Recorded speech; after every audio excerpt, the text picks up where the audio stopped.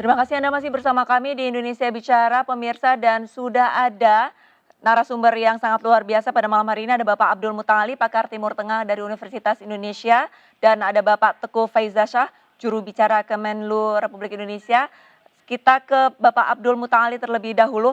Pak Abdul, ini konflik Palestina dan Israel ini kembali memanas nih dalam sepekan terakhir nih. Korban sipil berjatuhan. Lantas kira-kira trigger dari konflik dalam seminggu terakhir yang Israel membombardir secara nonstop seperti itu ya ke Palestina ini sebenarnya apa, Pak? Baik, terima kasih Mbak Arnita dan seluruh pemirsa iNews TV. Nanti Mbak Arnita boleh panggil saya Mbak Ali saja. Jadi yang statement resmi dari Benjamin Netanyahu bahwa serangan membabi buta dari Israel ini kepada Palestina yang diungkapkan resmi oleh Benjamin Netanyahu yang pertama adalah ini sebagai aksi balasan terhadap roket-roket Hamas yang dikirimkan ke Tel Aviv dan ternyata juga banyak penduduk Tel Aviv yang wafat begitu. Nah, Benjamin Netanyahu mengatakan bahwa serangan ini tidak lain adalah bentuk balasan dari tindakan yang harus diberi pelajaran bagi mujahidin Hamas. Yang kedua, kita resmi Benjamin Netanyahu bahwa agresi Israel ke Palestina ini adalah untuk mengingatkan bahwa sudah 73 tahun Israel berdiri sejak 14 Mei 1948 sampai sekarang 14 Mei 2021, jadi sudah 73 tahun. Ini untuk membangkitkan historis, membangkitkan semangat bahwasannya orang-orang Yahudi di luar Tel Aviv, di luar Israel bisa kembali ke tanah Israel. Mereka sekarang sudah punya rumah, sudah punya tempat tinggal yang cukup baik, cukup layak. Jadi tidak ada alasan lagi untuk mereka takut.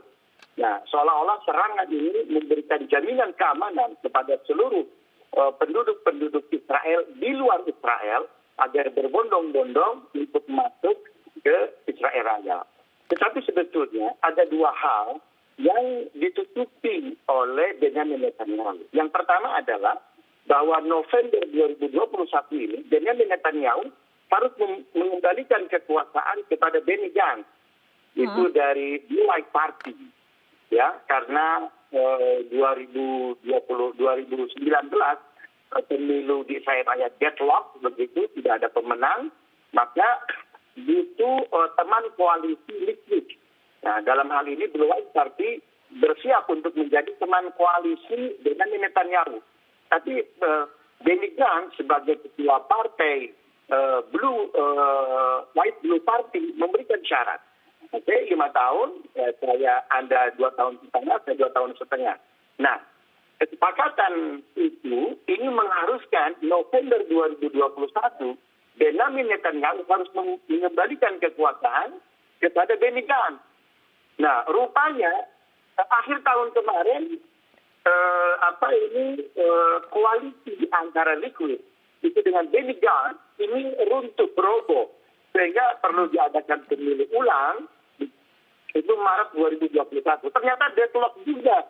Nah, Maret 2021 ini pemilu hanya diadakan oleh dua partai, yaitu Blue White Party dengan Liquid, karena memang yang berkuasa hanya dua partai ini. Nah, ternyata Maret 2021 hasil pemilu pun deadlock. Maka Benjamin Netanyahu dia coba untuk merangkul partai-partai lain yang belum berkoalisi dengan Liquid. Cuma ada tinggal satu partai yang belum berkoalisi dengan Liquid, yaitu Yamini Partai di bawah pimpinan Benny Netanyahu. Nah, Benny Netanyahu ini ideologinya adalah nasionalis Zionis dengan harapan bahwa serangan-serangan ini akan membangkitkan Israel ini, akan membangkitkan semangat Yahudism, Zionism begitu. Karena Benjamin Netanyahu dia merasa bahwa sebagai Perdana Menteri Israel yang paling lama, yang paling banyak melakukan agresi, ternyata ini cukup ampuh ya, bisa mengamankan posisi kekuasaan dia. Nah, dia berharap yang sama juga ketika 26 Ramadan melakukan aksi serangan terhadap kaum muslimin yang sedang sholat tarawih di Masjidil Aqsa, bisa berharap bisa mengundang simpatik dari Yamini Party di bawah Naftali agar bisa berkoalisi dengan liquid.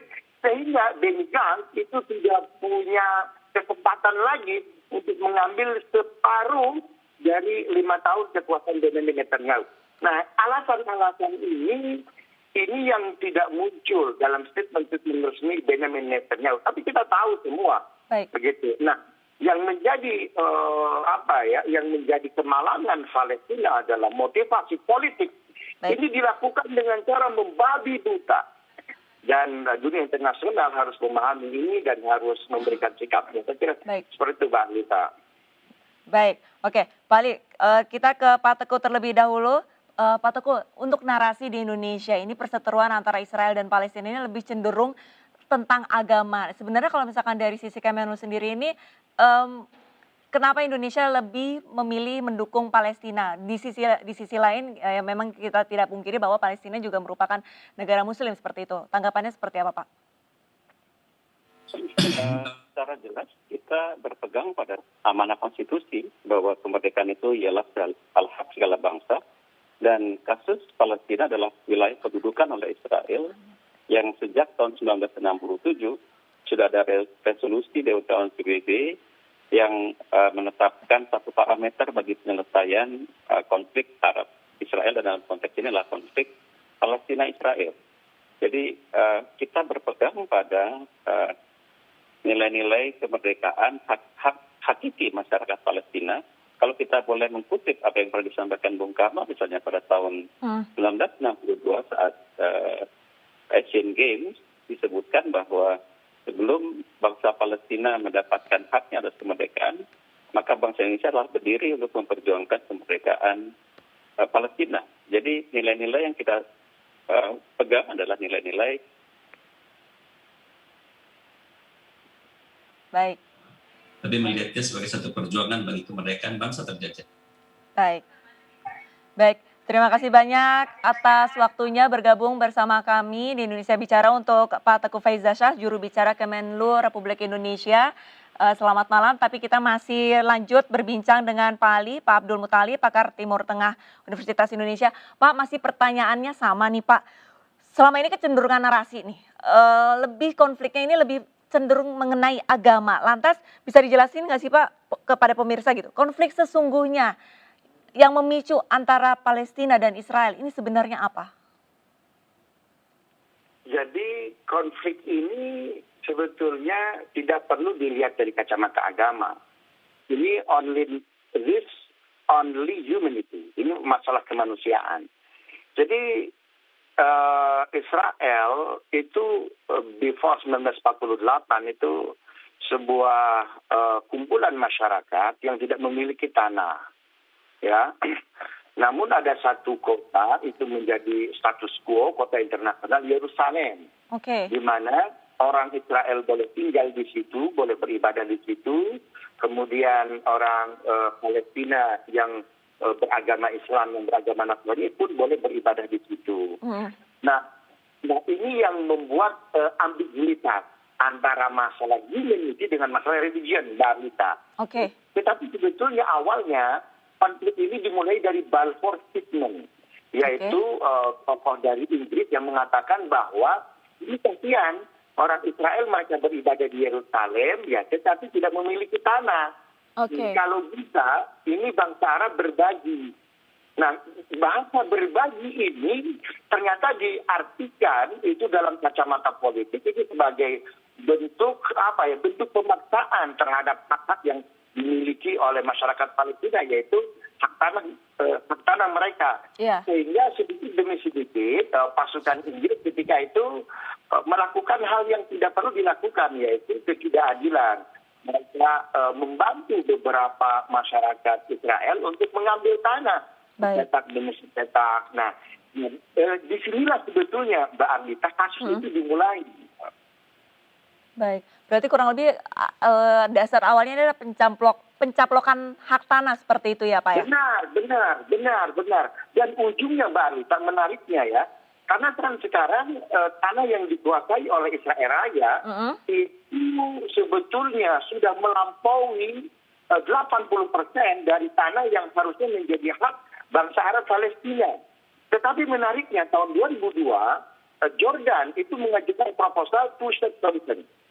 Ya, two-state solution. Jadi masing-masing dua negara ini mereka punya negara. Israel berhak memiliki negara, Palestina berhak memiliki negara. Nah, bagaimana dengan status tanahnya? Dalam proposal perjanjian itu, tanah yang sudah dikuasai oleh Israel, silakan 65% itu menjadi milik Israel karena mereka sudah membangun kan begitu, sudah masyarakatnya juga sudah ada, sudah infrastrukturnya. Nah, 35% lagi ini wajib dikembalikan kepada bangsa Palestina. Seharusnya dikembalikan. Jadi tepi barat yang gagal. Jadi saya kira ini perjanjian two-state solution ini sudah moderat betul, sudah toleransi dari bangsa Palestina. Baik. Mereka hanya memperoleh 35% dari tanah yang yang menjadi haknya, padahal mereka harusnya 100%. Tapi two-state solution itu menurut saya itu sudah luar biasa. Tapi itu pun itu di-reject oleh Israel. Setelah itu deadlock luar biasa sejak 2002 sampai hari ini. Akhirnya terjadi pembangunan pemukiman ilegal yang lebih dahsyat tahun 2014.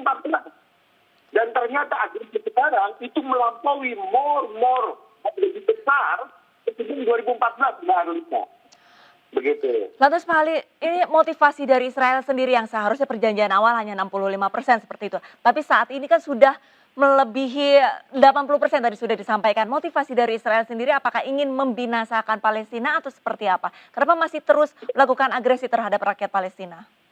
Betul, jadi dalam keyakinan mereka bahwa tanah Palestina apalagi mereka sudah diberikan oleh Donald Trump tahun 2016 bahwa Yerusalem itu adalah ibu kota Israel Raya, begitu.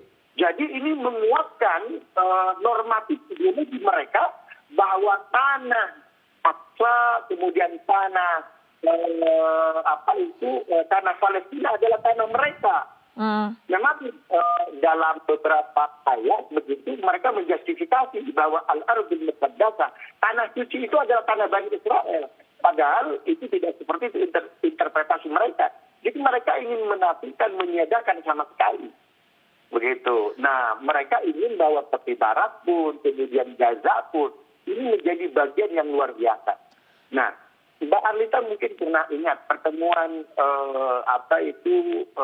Donald Trump ya dengan pemimpin Korea Utara di Pulau Sentosa di Singapura. Kemudian melahirkan sebuah proposal perjanjian yang luar biasa, yaitu the Deal of Century, perjanjian abad ini. Ya.